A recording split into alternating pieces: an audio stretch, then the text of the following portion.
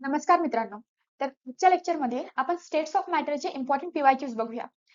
बघा, states of matter हा एक खूप इझी चॅप्टर आहे. यावरचे जे पीवायक्यूज आहेत, जर पॅटर्न आपण ऑब्झर्व केला तर मोस्टली फॉर्म्युला बेस्ड येतात. म्हणजे जसं गॅस लॉ आहे, त्यानंतर डाल्टन्स लॉ आहे. या सर्व 2-3 गोष्टीवरच जे मोस्ट ऑफ द पीवायक्यूज आहेत ते फ्रेम झालेले आहेत. कन्सेप्टचा सेपरेटली डिस्कस केल्यापेक्षा आपण सरळ पीवायक्यूज वर जाऊ आणि पीवायक्यूजच्या सोबत सोबतच मी तुम्हाला तिथे लागणारे जे इम्पॉर्टंट कन्सेप्ट किंवा फॉर्म्युलेज आहेत ते सांगून देईन. तर व्हिडिओच्या स्टार्टिंगलाच तुम्हाला जर व्हिडिओ आवडत असेल तर लाईक करायला विसरू नका आणि कमेंटमध्ये नक्की सांगा की तुम्हाला व्हिडिओ आवडलाय का आणि नेक्स्ट चॅप्टर तुम्हाला कोणता पाहिजे आहे, कोणत्या सब्जेक्टसाठी पाहिजे आहे ते कमेंटमध्ये सांगा आणि ऑफकोर्स सबस्क्राईब करा, बेल आयकॉनवर क्लिक करा आणि शेअर नक्की करा. तुमचे जे फ्रेंड्स असेल ज्यांना मराठीमध्ये एक्सप्लेनेशनची गरज असेल त्यांना व्हिडिओची लिंक शेअर करा. तुम्हाला एक्स्ट्रा स्टडी मटेरियल हवं असेल तर तुम्ही QR कोडला स्कॅन करू शकता, आमच्या टेलिग्राम चॅनलला जॉईन करू शकता. चला तर लेट स्टार्ट. सर्वात पहिला question. Find the temperature in degree Celsius if volume is 20 dm cube, pressure is 4.296 atmosphere of 2 mole ideal gas. 2 mole ideal gas म्हणजे n is equals to 2 आहे. आणि आयडियल गॅस जर क्वेश्चन मध्ये दिला आहे तर एक फॉर्म्युला तर बाय डिफॉल्ट आपण यूज करणारच, तो म्हणजे PV is equals to nRT, that is ideal gas law. आता बघा, बाकीचे पॅरामीटर्स गिव्हनचे आपण लिहून घेऊ. Volume is equals to 20 dm cube. मला सांगा 1 dm cube is equals to 1 litre. तर प्रेशर इज इक्वल्स टू दिला आहे 4.296 atmosphere. n is equals to 2 moles. r is equals to 8.314. तुम्हाला माहित असेल तर हे जे r चे युनिट आहे यामध्ये सुद्धा टेम्परेचरचा जो यूज आहे तो केल्विन मध्ये असतो. म्हणजे टेम्परेचरचे जे युनिट आहे ते केल्विन मध्ये असते. याचा अर्थ आपण जेव्हा हा r यूज करू आणि आपल्याला जे टेम्परेचर मिळेल ते आपल्याला केल्विन मध्ये मिळेल. पण आपल्याला डिग्री सेल्सिअस मध्ये विचारलं आहे तर आपल्याला त्याला डिग्री सेल्सिअस मध्ये कन्वर्ट करावं लागेल. तर चला लेट स्टार्ट. बघा, आपल्याकडे P आहे, V आहे, N आहे, R आहे आणि टेम्परेचर विचारलं आहे. तर सिम्पली मी आयडियल गॅस लॉचा यूज करू शकतो का? हो. सिम्पली याला पुट करा. 4.296 इंटू V म्हणजे 20 is equals to N means 2, R means 8.314 into T. तर T is equals to solve the equation म्हणजे 4.296 इंटू 20 अपॉन 2 इंटू 8.314. तर याला जेव्हा तुम्ही सॉल्व्ह कराल आणि टेम्परेचरची काहीतरी व्हॅल्यू येईल तर ते येणार केल्विन मध्ये. आपल्याला पाहिजे आहे डिग्री सेल्सिअस मध्ये. आपल्याला माहित आहे 0 डिग्री सेल्सिअस म्हणजे 273 केल्विन असते, राईट. आपल्याला जेव्हाही म्हटलं आहे की 25 डिग्री सेल्सिअस तर आपण काय करतो, डिग्री सेल्सिअसच्या व्हॅल्यू मध्ये 273 ला ऍड करतो आणि मग आपल्याला केल्विन मध्ये व्हॅल्यू मिळते. आता आपल्याला म्हटलं आहे की सेल्सिअस मध्ये फाइंड आउट करायचं आहे. तर आपण काय करू, जी केल्विन मध्ये आपल्याला व्हॅल्यू दिली आहे त्यातून 273 मायनस करू, म्हणजे जे आपल्याला आन्सर मिळेल ते असणार डिग्री सेल्सिअस मध्ये. तर अशा प्रकारे बघा, तुम्ही टेम्परेचरची व्हॅल्यू काढणार आणि त्यानंतर त्यामधून ते केल्विन मध्ये व्हॅल्यू येईल म्हणजे तुम्ही त्यामधून 273 ला मायनस करणार आणि मग फायनली जे आन्सर मिळेल ते तुमच्या या ऑप्शन्स पैकी एक असणार, म्हणजे डिग्री सेल्सिअस मध्ये तुम्हाला मिळणार. बघा, सेम टेम्परेचर इथे आपल्याला 600 मिळालं केल्विन. 600 केल्विन मधून 273.15 तुम्ही सबस्ट्रॅक्ट केलं म्हणजे इथे 0 degree Celsius equal to 273.15 kelvin घेतलाय. कोणत्या कोणत्या क्वेश्चन मध्ये आपण डायरेक्ट सिम्प्लिसिटीसाठी 273 केल्विन पण घेऊ शकतो. तर याला सबस्ट्रॅक्ट करा. सबस्ट्रॅक्ट केल्यानंतर जे आन्सर येईल ते आहे आपलं 327 म्हणजे 327 degree Celsius, option D. Next question बघा. What is the mass of KClO3 required to liberate 22.4 dm cube of oxygen at STP during thermal decomposition? आता बघा, इथे म्हटलं आहे की आपल्याला किती KClO3 लागेल, KClO3 चा किती ग्राम्स लागेल ज्यानेकरून 22.4 dm क्यूब ऑक्सिजन रिलीज होईल. म्हणजे आपल्याला इतकं ऑक्सिजन रिलीज करायसाठी किती अमाउंट ऑफ KClO3 लागेल ते फाइंड आउट करायचे आहे सिंपल टर्म्स मध्ये. तर बघा, सर्वात पहिले तर आपण बघून घेऊ की 22.4 dm क्यूब ऑक्सिजन म्हणजे काय. इथे बघा मी लिहिलं आहे 1 litre is equals to 1 dm cube म्हणजे 22.4 dm cube is equals to 22.4 litre oxygen. आता मला सांगा ऍट एसटीपी आपण म्हणत असतो की 1 मोल गॅसचं व्हॉल्यूम किती असते, एका मोल ऑफ गॅसचं व्हॉल्यूम 22.4 लिटरच असते, कोणतीही गॅस असो. जर आपण 1 मोल ऑफ कोणत्याही गॅसचा कन्सिडर केला at standard temperature and pressure, तर त्याचा व्हॉल्यूम असणार आहे 22.4 लिटर. म्हणजे आपल्याला सरळ सरळ इथे विचारलं आहे की 22.4 लिटर ऑक्सिजन रिलीज व्हायला किती अमाऊंट ऑफ KClO3 लागेल, किंवा असं म्हणू शकतो की 1 मोल O2 रिलीज व्हायला किती KClO3 लागेल. ऍट STP 22.4 लिटर म्हणजे काय असते, 1 मोल असते. म्हणजे 22.4 लिटर O2 रिलीज होणे किंवा 1 मोल O2 रिलीज होणे, याला आपण सेमच कन्सिडर करू. तर ठीक आहे, आता आपण या क्वेश्चनला थोडं सिम्प्लिफाईड वेनी बघितलं. म्हणजे आपल्याला सांगायचं आहे की एका मोल O2 ला ऍट STP रिलीज व्हायसाठी किती मोल्स ऑफ KClO3 लागेल किंवा किती ग्राम्स ऑफ KClO3 लागेल. सिम्पल. आता आपण बघून घेऊ रिॲक्शन. तर रिॲक्शन बघा काय म्हणते. KClO3 आहे आणि हा डिकम्पोज होईल. डिकम्पोज होईल म्हणजे ब्रेकडाऊन होईल to give some compounds in the product side. म्हणजे एक कंपाऊंड जेव्हा ब्रेकडाऊन होते to give one or more compounds in the product, त्याला आपण डिकम्पोजिशन म्हणतो. तर थर्मल डिकम्पोजिशन काय असते, जेव्हा in the presence of heat होते तेव्हा. तर KClO3 आता multiple compounds in the product. आपल्याला कन्सर्न आहे फक्त ऑक्सिजन सोबत. तर आपण बघू, एक प्रोडक्ट तर फिक्स आहे की O2 रिलीज होणार आहे आणि बाकीचे प्रोडक्ट्स आहेत त्याच्यापासून आपल्याला काही सध्या काम नाहीये, तर आपण त्याला इग्नोर करू फॉर टाइम बिंग. आपण O2 ला बॅलन्स करायचा प्रयत्न करू. बघा, इथे 2 ऑक्सिजनचे आयटम्स आहे आणि इकडे 3 आहे. त्याला बॅलन्स करायसाठी मी इथे 2 आणि 3 लिहू शकतो. आता दोन्ही साइडला 6 ऑक्सिजन आयटम्स झाले, करेक्ट. आता तुम्ही इतक्या पार्टला बघा रिॲक्शनच्या, मी असं म्हणू शकतो का की 2 मोल KClO3 मला लागलं for releasing 3 moles of O2, correct. म्हणजे 1 मोल O2 रिलीज करायसाठी मला किती मोल्स ऑफ KClO3 लागेल, हे मला फाइंड आउट करायचं आहे. सर्वात पहिले मी एका मोलसाठी फाइंड आउट करून घेते, कारण मला क्वेश्चन मध्ये पण एका मोलसाठीच विचारलेलं आहे. तर सिम्पली युनिटरी मेथड यूज करा. मी इथे कन्सिडर करतो की 1 मोल साठी मला x मोल KClO3 लागला. तर x into 2 into 1 is equals to x into 3. म्हणजे x इज इक्वल्स टू 2/3. सांगण्याचा अर्थ की आपल्याला 2/3 KClO3 लागेल. म्हणजे 2/3 मोल्स ऑफ KClO3 आपल्याला रिक्वायर्ड होता टू रिलीज 1 मोल O2, किंवा यालाच मी म्हणू शकतो 22.4 DM³ ऑफ O2. आपल्याला हेच विचारलं होतं की 22.4 DM³ O2 ला रिलीज करायसाठी किती KClO3 लागेल. पण आपण मोल्स फाइंड आउट केले. आपल्याला विचारला आहे मास. तर सिंपल आहे, याला नंबर ऑफ मोल्सला त्याच्या मोलार मासनी मल्टिप्लाय करा. 2/3 इंटू 122.5, राईट. आता याला सॉल्व्ह करा, तुम्हाला तुमचा आन्सर मिळेल आणि आन्सर विल बी 81.67 ग्राम्स. तुम्ही एक वेळा हे जे सोल्युशन आहे याला बघून घ्या. जसं इथे बघा, इथे सोल्युशनला सॉल्व्ह करायसाठी त्यांनी कंप्लीट इक्वेशन लिहिलेली आहे. म्हणजे ट्वाइस KClO3 जो आहे तो ब्रेकडाऊन होते टू गिव्ह KCl आणि O2. पण तुम्हाला प्रोडक्ट सर्व माहित नसले तरी पण चालून जाईल.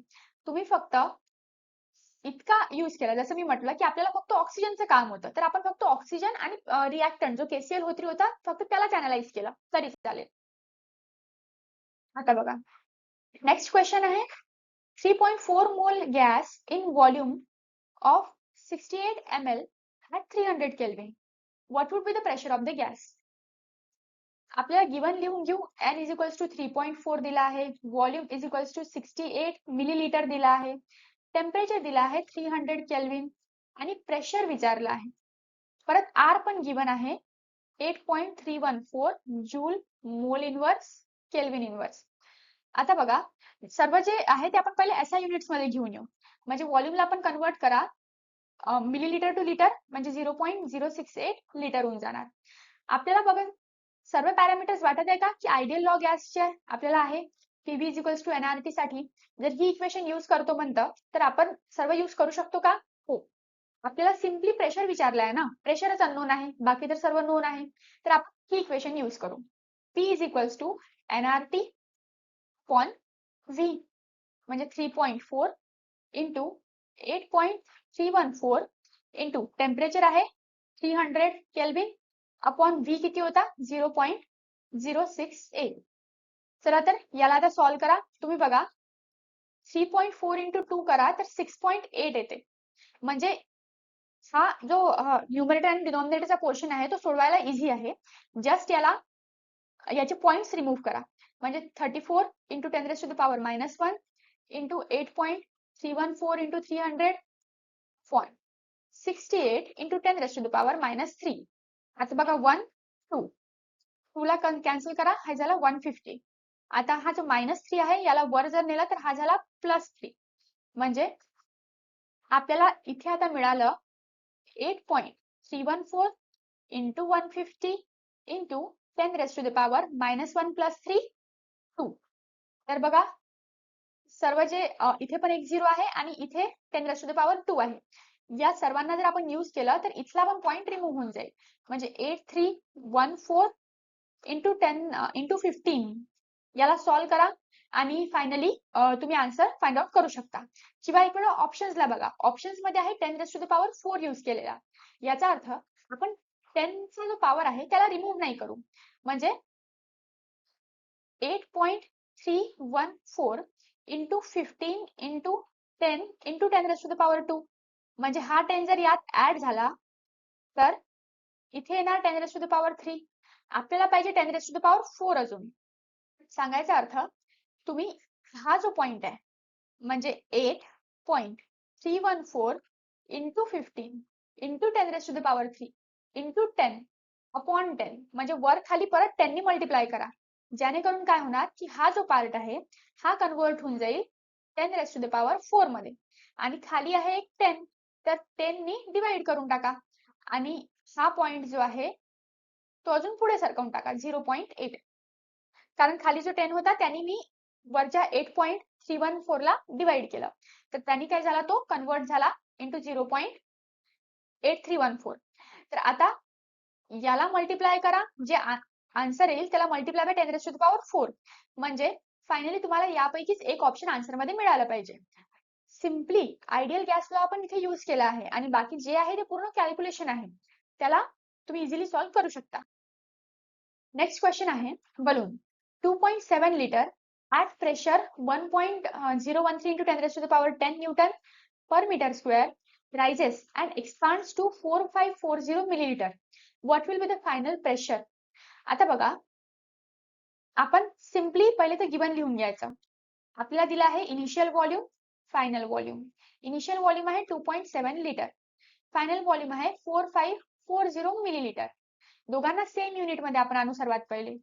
तर इथे लिहा, याला लिटर मध्ये कन्वर्ट करून.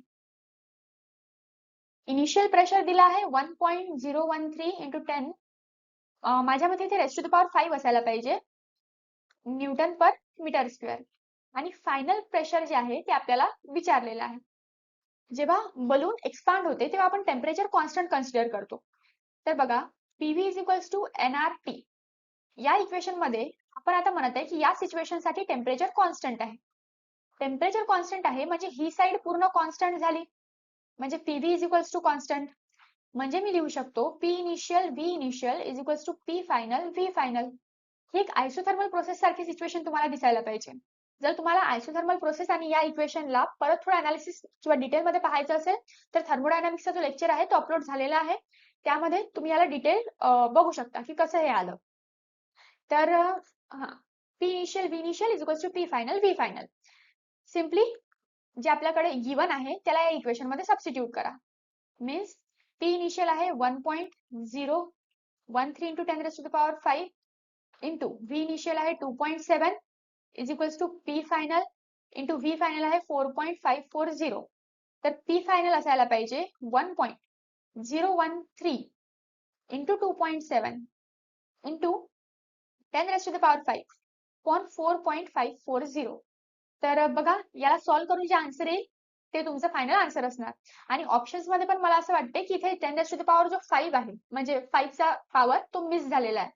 तर त्यामुळे असे काहीतरी ऑप्शन्स असायला पाहिजे. नेक्स्ट आहे, what is the number of moles present in 1 metre cube of any gas at STP. आता आपल्याला म्हटलं आहे की किती मोल्स असायला पाहिजे 1 मीटर क्यूब मध्ये कोणत्याही गॅससाठी. ॲट एसटीपी जर आपण म्हटलं तर ॲट एसटीपी कोणताही गॅसचा जो व्हॉल्यूम आहे फॉर 1 मोल, म्हणजे कोणत्याही गॅसचा मोलार व्हॉल्यूम हा 22.4 लिटर असतो, हे आपल्याला माहित असायला पाहिजे. म्हणजे जर आपण म्हटलं ऑक्सिजन, क्लोरीन, फ्लोरीन किंवा कार्बन डायऑक्साइड कोणती पण गॅस जर ॲट एसटीपी आहे म्हणजे at standard temperature and pressure ती गॅस प्रेझेंट आहे, तर त्याच्या 1 मोलचा जो व्हॉल्यूम आहे त्या गॅसच्या 1 मोलचा व्हॉल्यूम हा 22.4 लिटर असणार. तर 22.4 लिटर म्हणजे काय? 22.4 लिटर म्हणजे 22.4 इंटू 10⁻³ मीटर क्यूब. बघा इथे वरती मी लिहून दिलेलंच आहे रिलेशन. तर सांगायचा अर्थ 1 मोल volume of 1 mole of gas हा आहे 22.4 इंटू 10⁻³ मीटर क्यूब. याला आपण म्हणू शकतो मोलार व्हॉल्यूम, राईट? कारण 1 मोलचा व्हॉल्यूम आहे. आता आपल्याला म्हटले आहे number of moles of 1 metre cube gas, म्हणजे गिवन व्हॉल्यूम काय आहे? गिवन व्हॉल्यूम ऑफ गॅस आहे 1 मीटर क्यूब आणि तुम्हाला म्हटले आहे नंबर ऑफ मोल्स किती. तर बघा number of moles is equals to given volume म्हणजे टोटल व्हॉल्यूम ऑफ गॅस आपल्याकडे किती आहे डिवायडेड बाय एका मोलचं व्हॉल्यूम किती आहे म्हणजे मोलार व्हॉल्यूम, राईट? सिम्पली आपण हा फॉर्म्युला यूज करू शकतो. या फॉर्म्युलामध्ये व्हॅल्यूजला पुट करा. गिवन व्हॉल्यूम आहे 1 मीटर क्यूब आणि मोलार व्हॉल्यूम किती आहे 22.4 इंटू 10⁻³ याला बघा याला लिहू शकता 10⁻³ अपॉन 22.4. जे खाली मायनस मध्ये आहे ते वर जाईल तर पॉझिटिव्ह पॉवर म्हणजे 1000 डिवायडेड बाय 22.4. याला तुम्ही सॉल्व्ह करा, तुम्हाला नंबर ऑफ मोल्स मिळून जाईल. तर बघा फायनल आन्सर जे आहे ते 44.64 म्हणजे 44.6 च्या अराउंड आपला आन्सर यायला पाहिजे. Next, the mass of certain gas is 5.6 gram, volume is 4.48 dm cube at STP. ठीक आहे, मास दिला आहे 5.6 ग्राम आणि व्हॉल्यूम दिला आहे 4.48 dm cube at STP. At STP म्हटल्यावर लक्षात यायचं की आपल्याला 1 मोल volume of 1 mole of gas काय कन्सिडर करायचं आहे 22.4 लिटर किंवा 22.4 डीएम क्यूब कन्सिडर करायचं आहे. ठीक आहे. Assuming ideal behaviour, identify प्रोबॅबल gas from the following. Consider करा की गॅस काय आहे आयडियल बिहेवियर शो करत आहे, म्हणजे आपण PV is equals to NRT use करू शकतो. आणि आता आपल्याला ओळखायचं आहे की ती गॅस कोणती असेल. तर बघा ॲट एसटीपी तर टेम्परेचर असायला पाहिजे 273 केल्विन. ठीक आहे, आणि प्रेशर असायला पाहिजे 1 ॲटमॉस्फिअर. हे झालं टेम्परेचर आणि प्रेशर ॲट एसटीपी. आता मला सांगा प्रेशर आपल्याला माहित आहे, टेम्परेचर माहित आहे, आर माहित आहे आणि व्ही माहित आहे, तर आपण एन फाइंड आउट करू शकतो का? ऑफकोर्स आपण number of moles find out करू शकतो आयडियल गॅस लॉचा यूज करून. म्हणजे P1 झाला, V झाला 4.48. याला आपण लिटर मध्ये पण लिहिलं तरी dm cube is equals to 1 dm cube is equals to 1 litre, म्हणजे 4.48 dm cube is equals to 4.48 litre is equals to N. R झाला 8.314 आणि टी झाला 273 केल्विन. तर अशा प्रकारे याला रिअरेंज करा टू गेट एन, म्हणजे N is equals to 4.48 upon 273 into 8.314. हा जो आहे हा देईल आपल्याला नंबर ऑफ मोल्स. पण आपल्याला काय पाहिजे, आपल्याला फाइंड आउट करायचे कोणती गॅस असणार. मला सांगा नंबर ऑफ मोल्स म्हणजे काय. एन इज इक्वल्स टू असते गिवन मास अपॉन मोलार मास. आता आपल्याला गॅस आयडेंटिफाय करायची आहे, तर आपल्याला मोलार मास कसं तरी माहित पडून गेला पाहिजे. म्हणजे जर आपण मोलार मास फाइंड आउट करू शकलो, तर त्याच्यावरून आपण गेस करू शकतो की गॅस कोणती होती. क्लोरीन होती, ऑक्सिजन होती, नायट्रोजन होती की मिथेन गॅस होती. तर बघा, molar mass is equals to काय असणार? Molar mass is equals to given mass upon number of moles. म्हणजे गिवन मास काय होतं? 5.6 ग्राम. नंबर ऑफ मोल्स जे इथून येणार ते तुम्ही इथे पुट करणार आणि फायनली तुम्ही काय करणार? मोलार मास कॅल्क्युलेट करणार. मग मोलार मास बघा, कॅल्क्युलेशन मध्ये काय आला होता? मोलार मास जो आहे तो आला 28 ग्राम. आता 28 ग्राम मोलार मास कशाचा असतो?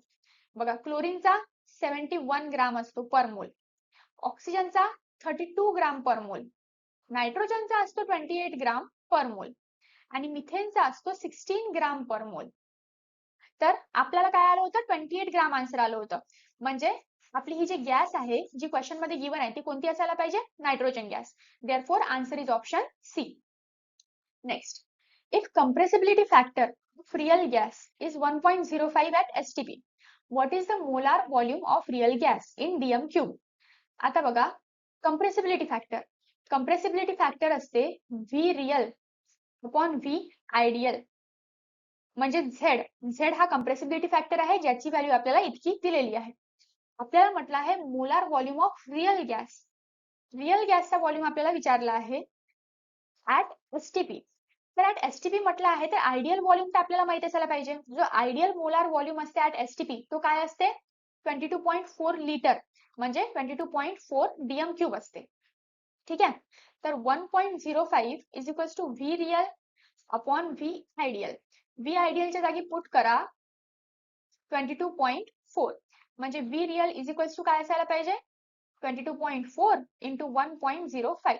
याला सॉल्व्ह करा, तुम्हाला 23.52 च्या अराउंड, म्हणजे ऑप्शन सी आन्सर यायला पाहिजे.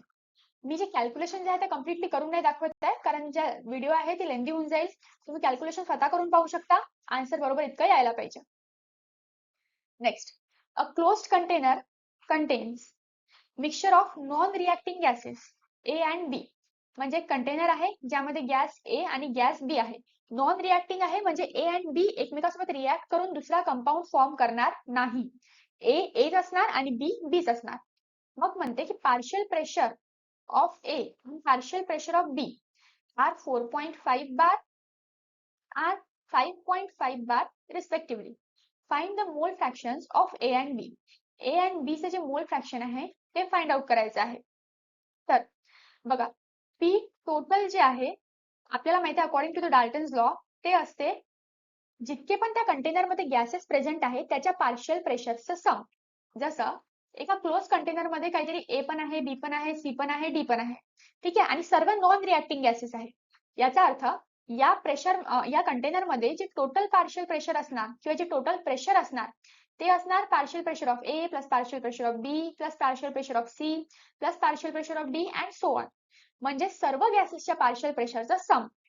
तर आता बघा, इथे जे कंटेनर आहे त्यामध्ये फक्त ए अँड बी आहे. तर या कंटेनरचं टोटल प्रेशर काय असेल? Partial pressure of A plus partial pressure of B, म्हणजे 4.5 प्लस 5.5. आन्सर असायला पाहिजे 10 बार. हा तर झाला आपला पी टोटल. आता आपल्याला माहित आहे पार्शियल प्रेशर ऑफ ए आहे तो काय असणार? तो असणार mole fraction of A into P total. Same B साठी काय असणार? Mole fraction of B into P total. म्हणजे mole fraction of A find out करायसाठी partial pressure of A divided by total, म्हणजे 4.5 डिवायडेड बाय तुम्हाला करावं लागेल 10 आणि मोल फ्रॅक्शन ऑफ बी साठी तुम्हाला करावं लागेल partial pressure of B upon total pressure.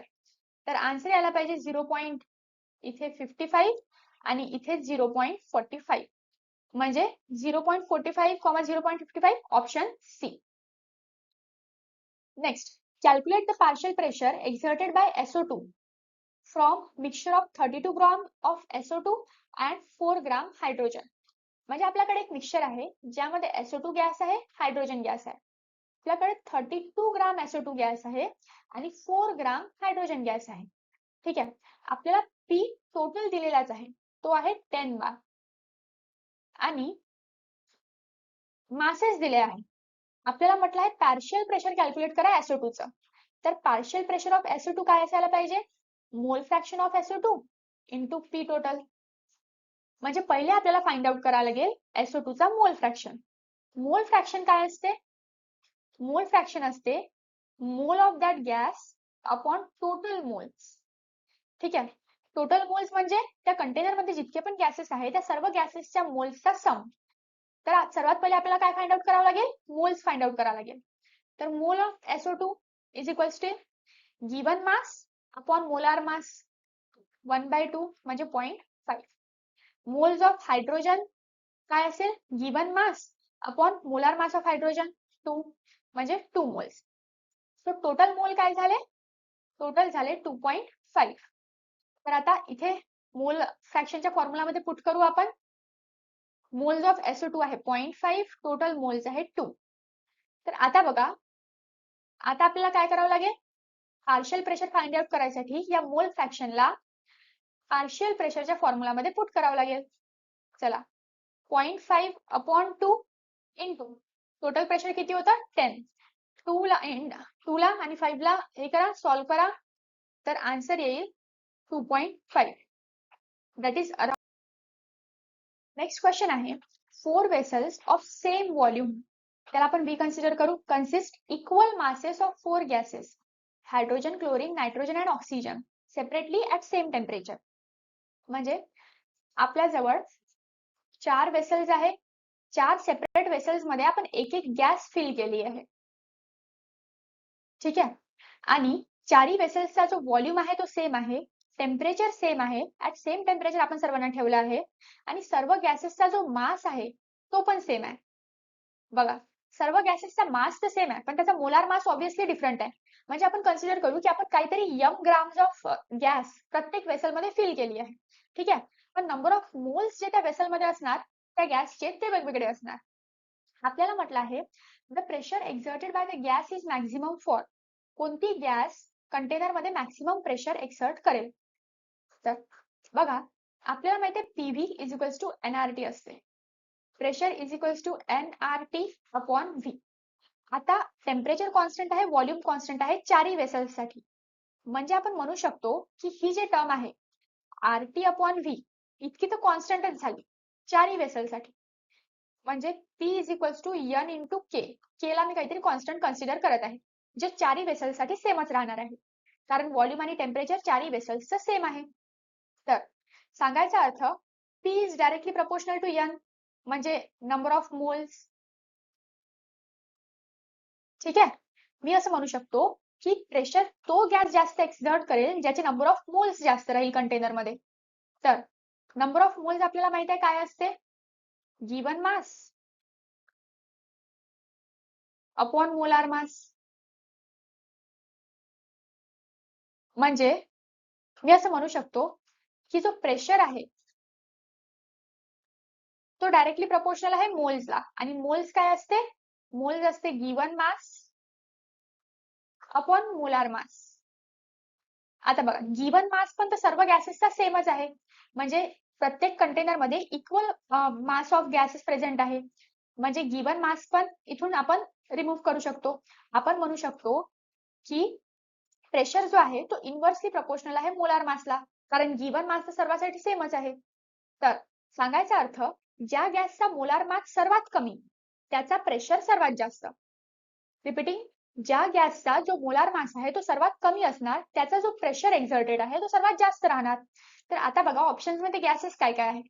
Hydrogen, chlorine, nitrogen, oxygen.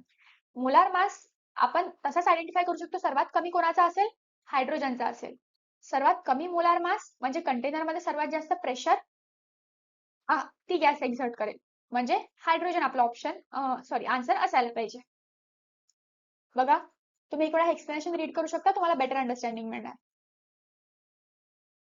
Next आहे container consist equal masses of 4 gases as H2, hydrogen, helium, carbon dioxide, neon, certain temperature. Which of the following gas exerts minimum partial pressure? बघा, last question मध्ये आपल्याला 4 वेगवेगळे container दिले होते आणि त्यामध्ये आपण एक एक गॅस टाकली होती. बट इथे एकच कंटेनर आहे ज्यामध्ये 4 गॅसेस प्रेझेंट आहे, H2, He, CO2 आणि निऑन Ne. ठीक आहे. तर ऑब्विसली कंटेनरचं टेम्परेचर तर सेमच असेल. परत जे मास ऑफ गॅसेस आहे, म्हणजे प्रत्येक गॅसचा इक्वल मास आपण टाकला आहे. कन्सिडर करू mass of each gas is equals to m होता. ठीक आहे. आता म्हटलं आहे which of the following gases exert minimum partial pressure. Minimum partial pressure कोणती गॅस एक्झर्ट करेल? तर आता बघा, पार्शियल प्रेशर काय असते? Partial pressure of any gas, suppose hydrogen, mole fraction of hydrogen into P total हे असणार. तसंच हेलियमचं काय असेल? Partial pressure of helium, sorry, mole fraction of helium into P total. For CO2, मोल fraction of CO2 P total. For neon, मोल fraction of neon P total. बघा, P total तर सर्व याच्यात सेमच राहणार आहे. ठीक आहे. जो टोटल प्रेशर असेल तो सर्वसाठी सेमच आहे. म्हणजे आपण म्हणू शकतो की पार्शियल प्रेशर जर आपल्याला फाइंड आउट करायचं आहे की मॅक्झिमम कोणत्या गॅससाठी आहे, तर आपण सॉरी मिनिमम कोणत्या गॅससाठी आहे, तर आपल्याला फाइंड आउट करायला लागेल की मिनिमम मोल फ्रॅक्शन कोणत्या गॅसचा आहे. ज्या गॅसचा मिनिमम मोल फ्रॅक्शन, त्या गॅसचा मिनिमम पार्शियल प्रेशर. बरोबर आहे. तर बघा, मोल फ्रॅक्शन फाइंड आउट करू आपण मिनिमम कशाचा असणार. मोल फ्रॅक्शन साठी आपल्याला माहित पाहिजे मोल्स. तर बघा, मोल ऑफ H2 काय असणार? Given mass upon molar mass. Moles of He given mass upon molar mass. Moles of CO2 is equals to given mass upon molar mass. Similarly moles of Ne is equals to given mass m upon molar mass 20. आता प्रत्येक गॅसचं मोल fraction find out करा. मोल fraction find out करायसाठी suppose आपण H2 चा find out करू. सॉरी, पहिले आपण टोटल मोल्स काढून घेऊ. टोटल मोल्स साठी m/2 plus m/4 plus m/44 plus m/20 याला कॅल्क्युलेट करा आणि टोटल मोल्स काढा. ठीक आहे. काहीतरी एक फ्रॅक्शन येईल इंटू m असा तुमचा टोटल मोल्स काहीतरी यायला पाहिजे. आता मोल फ्रॅक्शन काढायसाठी काय राहणार? सपोज आपल्याला H2 चं मोल फ्रॅक्शन काढायचं आहे, तर त्यासाठी आपण काय करू? मोल्स ऑफ H2 घेऊ अपॉन टोटल मोल्स घेऊ. सिमिलरली आपण सर्व प्रत्येक गॅसची मोल फ्रॅक्शन फाइंड आउट करू. मग चारही मोल फ्रॅक्शन झाल्यानंतर आपण बघू की मिनिमम मोल फ्रॅक्शन कोणत्या गॅसची आहे. ज्याची मिनिमम मोल फ्रॅक्शन त्याचा मिनिमम पार्शियल प्रेशर. अशा प्रकारे हा क्वेश्चन सॉल्व्ह होईल. याची पुढली कॅल्क्युलेशन तुम्ही करून पहा आणि आन्सर कमेंट करा. तर नेक्स्ट क्वेश्चन आहे, a container consists mixture of 4 gases as 5 gram H2, 8 gram helium, 50 gram CO2, 20 gram neon at certain temperature. Which of the following gases exerts minimum partial pressure? तर आपला परत विचारला आहे की minimum partial pressure कोणता gas exert करेल. आपल्याकडे एका कंटेनर मध्ये हायड्रोजन आहे, हेलियम आहे, CO2 आहे आणि निऑन आहे. बघा, क्वेश्चनचा जो फॉर्मॅट आहे एक्झॅक्टली सेम आहे टू द लास्ट क्वेश्चन जो याच्या आधी आपण सॉल्व्ह केला त्याच्याच सारखा क्वेश्चन आहे. फक्त फरक इतका आहे की मागे आपल्याला म्हटलं होतं की आपण equal mass of each gas घेतला आहे, तर आपण कन्सिडर केलं की काहीतरी m ग्राम आपण प्रत्येक गॅसचा घेतला. पण इथे आपल्याला इक्वल मास नाही म्हटलंय, इथे आपल्याला पर्टिक्युलरली सांगितलं आहे की आपण कोणत्या गॅसचा किती मास घेतला. म्हणजे फक्त इतकंच व्हेरिएशन आहे क्वेश्चन मध्ये की आपल्याला m च्या जागी प्रत्येक गॅससाठी ती व्हॅल्यू कन्सिडर करावी लागेल जी गिवन आहे. तर एक वेळा मी अप्रोच सांगून देते, पण याला सॉल्व्ह तुम्हाला स्वतः करायचं आहे. जर तुम्हाला काही डाऊट आला तर एक वेळा मागचा क्वेश्चन बघून घ्या, त्यांनी हेल्प मिळेल. याला सॉल्व्ह करा आणि आन्सर जे आहे ते कमेंट मध्ये टेक्स्ट करा. तर पहिले आहे 5 ग्राम H2. तर 5 ग्राम H2 म्हणजे तुम्ही मोल्स ऑफ H2 काढाल तर त्यात घ्या गिवन मास 5 अपॉन मोलार मास 2. तसंच मोल्स ऑफ हेलियम साठी given mass 8, molar mass 4. Moles of CO2 साठी given mass 50 and molar mass 44. त्यानंतर निऑन साठी गिवन मास 20, मोलार मास पण 20. अशा प्रकारे तुम्ही मोल्स काढून घ्या इंडिव्हिज्युअल गॅसेसचे. त्यानंतर टोटल मोल्स काढायसाठी सर्व गॅसेसच्या जे मोल्स आहेत त्याचा सम करा, तुम्हाला टोटल मोल्स मिळणार. जर इंडिव्हिज्युअल मोल्स आणि टोटल मोल्स मिळाले तर तुम्ही इझिली काय काढू शकता, मोल फ्रॅक्शन काढू शकता. म्हणजे mole fraction of H2 find out करा अशा प्रकारे, म्हणजे moles of H2 upon total moles. तसंच फॉर He, CO2 आणि Ne प्रत्येकाचा मोल फ्रॅक्शन काढा.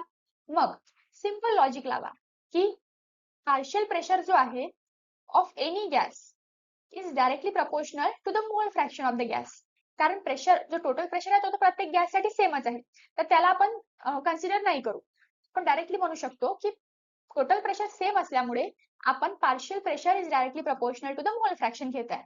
आता जेव्हा तुम्ही मोल फ्रॅक्शन फाइंड आउट करून घ्या चारही गॅसेसचा, तर तुम्ही बघाल की सर्वात कमी मोल फ्रॅक्शन कोणत्या गॅसचा आहे.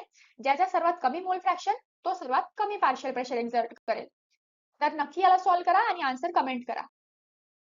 त्यानंतर equal masses of helium and oxygen are mixed in an empty container at 25 degree Celsius. What is the fraction of the total pressure exerted by helium? Fraction of total pressure. Fraction of total pressure म्हणजे mole fraction. Simply जर अशी words काहीतरी frame झाले असेल question मध्ये तर त्याचा सरळ सरळ अर्थ असतो आपल्याला मोल फ्रॅक्शन विचारला आहे हा. सिंपल आहे. त्याला म्हटलंय परत इक्वल मासेस हेलियमचे आणि ऑक्सिजनचे एका कंटेनर मध्ये घेतले आहे 25 डिग्री सेल्सिअस आणि तुम्हाला मोल फ्रॅक्शन विचारलं आहे हेलियमचं. तर सिंपल डाल्टन्स लॉ यूज करायचा आहे. म्हणजे हेलियमचं partial pressure equals to mole fraction of helium into P total. आणि इक्वल मासेस म्हटलंय म्हणजे काहीतरी एम मास कन्सिडर करून घ्या हेलियमचा आणि मास फॉर ऑक्सिजन ऑल्सो. आणि मोलार मास 4 ग्राम 32 ग्राम. याच्या हेल्पने तुम्ही पहिले मोल्स फाइंड आउट करा, त्यानंतर मोल फ्रॅक्शन फाइंड आउट करा आणि मग तुम्ही पार्शियल प्रेशरच्या इक्वेशन मध्ये त्याला हे करू शकता. किंवा मोल फ्रॅक्शन जेव्हा तुम्ही Heचं फाइंड आउट कराल तेव्हा जे मोल फ्रॅक्शन येईल तेच तुमचा आन्सर असायला पाहिजे या क्वेश्चनसाठी. तर या क्वेश्चनला सॉल्व्ह करता सेम अप्रोच, नथिंग न्यू, फक्त वर्ड्सला ट्विस्ट केला आहे. पण अर्थ इथं हाच आहे की तुम्हाला मोल फ्रॅक्शन फाइंड आउट करायचं आहे. Next, a container contains 4 gram hydrogen, 4 gram helium and certain amount of neon at certain temperature. म्हणजे एक कंटेनर आहे ज्यामध्ये हायड्रोजन आहे, हेलियम आहे आणि निऑन आहे. समजा at temperature T. What is the mass of neon required so that partial pressure exerted by neon is equal to partial pressure of helium? म्हणजे इथे म्हटलं आहे की partial pressure of neon equal to partial pressure of helium असायला पाहिजे आणि त्याच्यासाठी आपल्याला निऑनचा मास किती लागेल तो फाइंड आउट करायचा आहे. आपल्याला हायड्रोजन आणि हेलियमचा मास तर दिलेला आहे, आपल्याला निऑनचा मास फाइंड आउट करायचा आहे. बघा आपण बघू पार्शियल प्रेशर ऑफ हेलियम म्हणजे mole fraction of helium into pressure total. तर मोल फ्रॅक्शन ऑफ हेलियम साठी आपल्याला टोटल मोल्स लागेल आणि हेलियमचा नंबर ऑफ मोल्स लागेल. म्हणजे NHE is equals to 4 gram upon 4 म्हणजे molar mass is equals to 1. त्यानंतर हायड्रोजनचे मोल्स म्हणजे given mass upon molar mass म्हणजे 2 मोल्स. तसंच जे निऑन्सचे मोल्स आहे ते असणार गिवन मास आपण कन्सिडर करू की M मास काहीतरी लागणार आहे अपॉन त्याचा मोलार मास म्हणजे 20 इतके मोल्स. आता N टोटल फाइंड आउट करा. काय असणार N टोटल असणार या तिन्ही मोल्सचा सम म्हणजे 3 प्लस M अपॉन 20. ठीक आहे. आता मोल फ्रॅक्शन ऑफ HE याची आपल्याला गरज आहे. पण आपल्याला माहित आहे की हे जे आहे हे इक्वल असणार आहे टू काय to partial pressure of neon म्हणजे mole fraction of He into P total is equals to mole fraction of neon into P total असं मी म्हणू शकतो.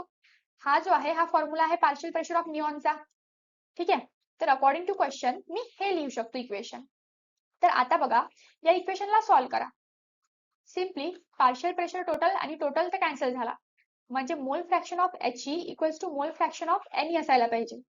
सिम्पली तुम्ही म्हणू शकता की moles of He upon N total equals to असायला पाहिजे moles of Ne upon n total. n total परत कॅन्सल झाला, म्हणजे moles of He equals to moles of Ne. Moles of He equals to moles of Ne. तर moles of He काय आहे 1 आणि Ne काय आहे m/20, म्हणजे n इज इक्वल्स टू झाला 20 gram. Option D should be your answer. Next question, which of the following forces is involved in dinitrogen, म्हणजे dipole dipole interaction, dipole induce dipole interaction, London dispersion force की hydrogen bonding. Dinitrogen काय असते N2. तर N2 जो आहे तो एक non polar molecule आहे. नॉन पोलार मॉलिक्यूल आहे. नॉन पोलार मॉलिक्यूल आहे म्हणजे यामध्ये जे पोलार जे फोर्सेस आहे किंवा ज्यामध्ये चार्जेस इन्क्लुडिंग फोर्सेस आहे ते फोर्सेस तर लागणारच नाही. जसं डायपोल डायपोल किंवा डायपोल इंड्यूस आणि हायड्रोजन बॉन्डिंग आहे, हे पोलार मॉलिक्युल्स किंवा डायपोल्सवर लागणारे फोर्सेस आहेत. पण हा नॉन पोलार असल्यामुळे यावर कोणता फोर्स लागू शकतो, इंटरमॉलिक्युलर फोर्स, जो म्हणजे वॅन्डरवॉल फोर्स आहे तो इथे एक्झर्ट होऊ शकतो. म्हणजे आपला आन्सर असायला पाहिजे लंडन डिस्पर्शन फोर्सेस. बघा, dispersion forces also called London forces or van der Waal forces. It is weakest intermolecular force that is developed due to interaction between two non-polar molecules आणि N2 काय आहे non-polar molecules आहे. तर अशा प्रकारे आपण जे पण स्टेट्स ऑफ मॅटर मध्ये येणारे पीवायक्यूज आहेत, जितके पण टाइप्सचे पीवायक्यूज आजपर्यंत आले आहेत तितके कव्हर करायचा प्रयत्न केला. तुम्ही ऑब्झर्व करू शकता की मोस्टली जे पीवायक्यूज होते ते एक तर आयडियल गॅस लॉवर बेस्ड होते किंवा या प्रोसेसवर होते की टेम्परेचर कॉन्स्टंट असेल तर मग पीव्ही इक्वल्स टू कॉन्स्टंट घ्यायचं आहे. जर व्हॉल्यूम कॉन्स्टंट असेल तर P/T कॉन्स्टंट घ्यायचं आहे. जर सपोज प्रेशर कॉन्स्टंट असेल तर V/T ला कॉन्स्टंट घ्यायचं आहे. अशा प्रकारे हे जर लॉजिक्स आता मी इथे बघितले, हे जे 3 लॉजिक्स तुम्हाला अजून डिटेलमध्ये पाहिजे असेल तर तुम्ही केमिकल थर्मोडायनामिक्सच्या लेक्चरला रेफर करू शकता. पण याच्या व्यतिरिक्त आयडियल गॅस लॉच्या व्यतिरिक्त इम्पॉर्टंट होता Dalton's law of partial pressure. त्याचे वेगवेगळ्या प्रकारे प्रॉब्लेम्स फॉर्म होतात त्यावर mole fraction related, total pressure related किंवा partial pressure related for individual gas किंवा for all gases in a container किंवा all gases in different containers, म्हणजे सेपरेट कंटेनर्स. जसं आपण बघितलं प्रॉब्लेम्स मध्ये व्हेरिएशन.